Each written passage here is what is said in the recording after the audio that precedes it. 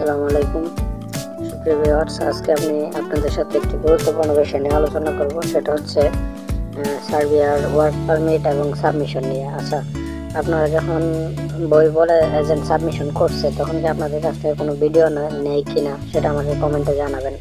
কারণ মনে রাখবেন, বর্তমানে কাজ জানা লোক নেই হচ্ছে 90 জন বা 95 জন, আর 5 জন নেই হচ্ছে জেনারেল ওয়ার্কার। বুঝতে পারছেন?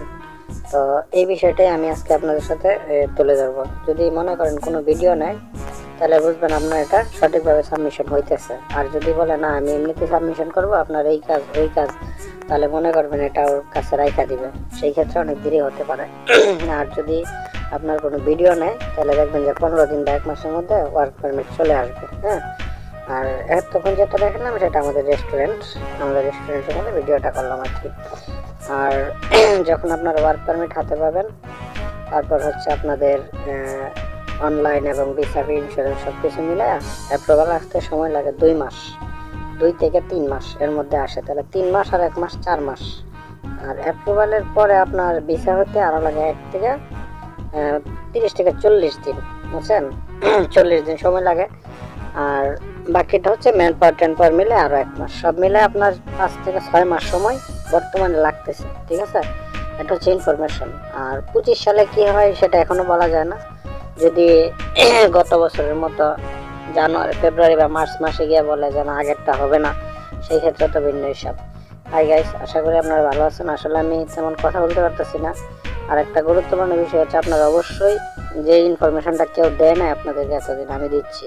সেটা হচ্ছে আপনারা অবশ্যই ছাতা নিয়ে আসবেন বাংলাদেশ থেকে, কারণ এখানে ছাতার মূল্য অনেক। একটা ছাতার দাম এখানে প্রায় 6 থেকে 8 হাজার টাকা নেয় বাংলা টাকায়, বুঝছেন? এই জন্য বাংলাদেশ থেকে 1 থেকে 2টা ছাতা নিয়ে আসবেন। এখানে প্রচুর বরফ পড়ে, বুঝতে পারছেন? শীত তো এখন কিন্তু প্রচুর শীত পড়ছে।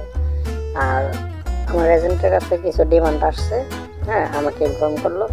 তো এই জন্য আমি আমার হোয়াটসঅ্যাপ নাম্বারটা, আমার এজেন্টের হোয়াটসঅ্যাপ নাম্বারটা এখানে দিয়ে রাখলাম। স্ক্রিনে দেখতে পাচ্ছেন, এটা আমার এজেন্টের হোয়াটসঅ্যাপ নাম্বার।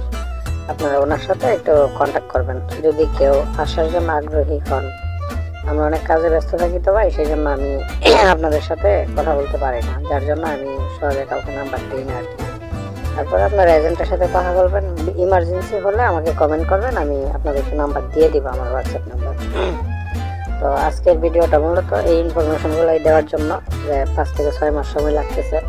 আর চেষ্টা করবেন এখনই সাবমিট করার জন্য, কারণ হচ্ছে 25 সালে কি হয় বলা যায় না এখন। হ্যাঁ, বর্তমানে বেশ কিছু বাংলাদেশের লোক নিচ্ছে সার্বিয়াতে, অনেকে আসতেছে এবং বেশিরভাগই কাজ জানা লোক নিচ্ছে। স্কিল ওয়ার্কার, নন স্কিল ওয়ার্কারের চাহিদা এখানে খুবই কম, বুঝছেন?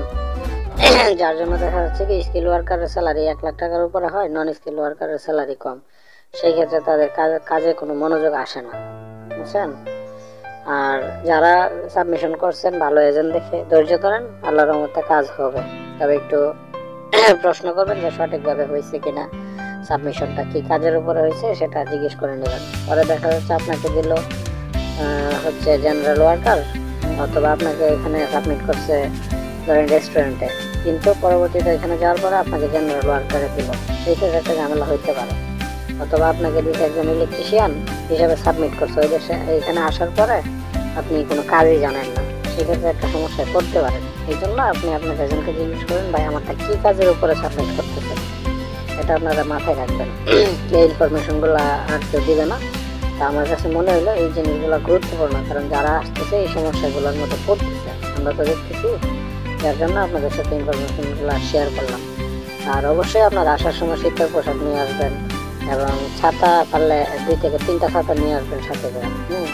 এটা আমাদের রেস্টুরেন্ট, আমি কিচেন হেল্পার হিসেবে আছি এখানে। মোটামুটি যথেষ্ট পরিমাণ রান্না পারি, তবে ওনাদের মতো না। আমাদের যারা আছে সবাই ভালো শেফ, ওনারা আমাকে খুব আদর করে, বাংলাদেশের জন্য ওনারা খুবই আদর করে।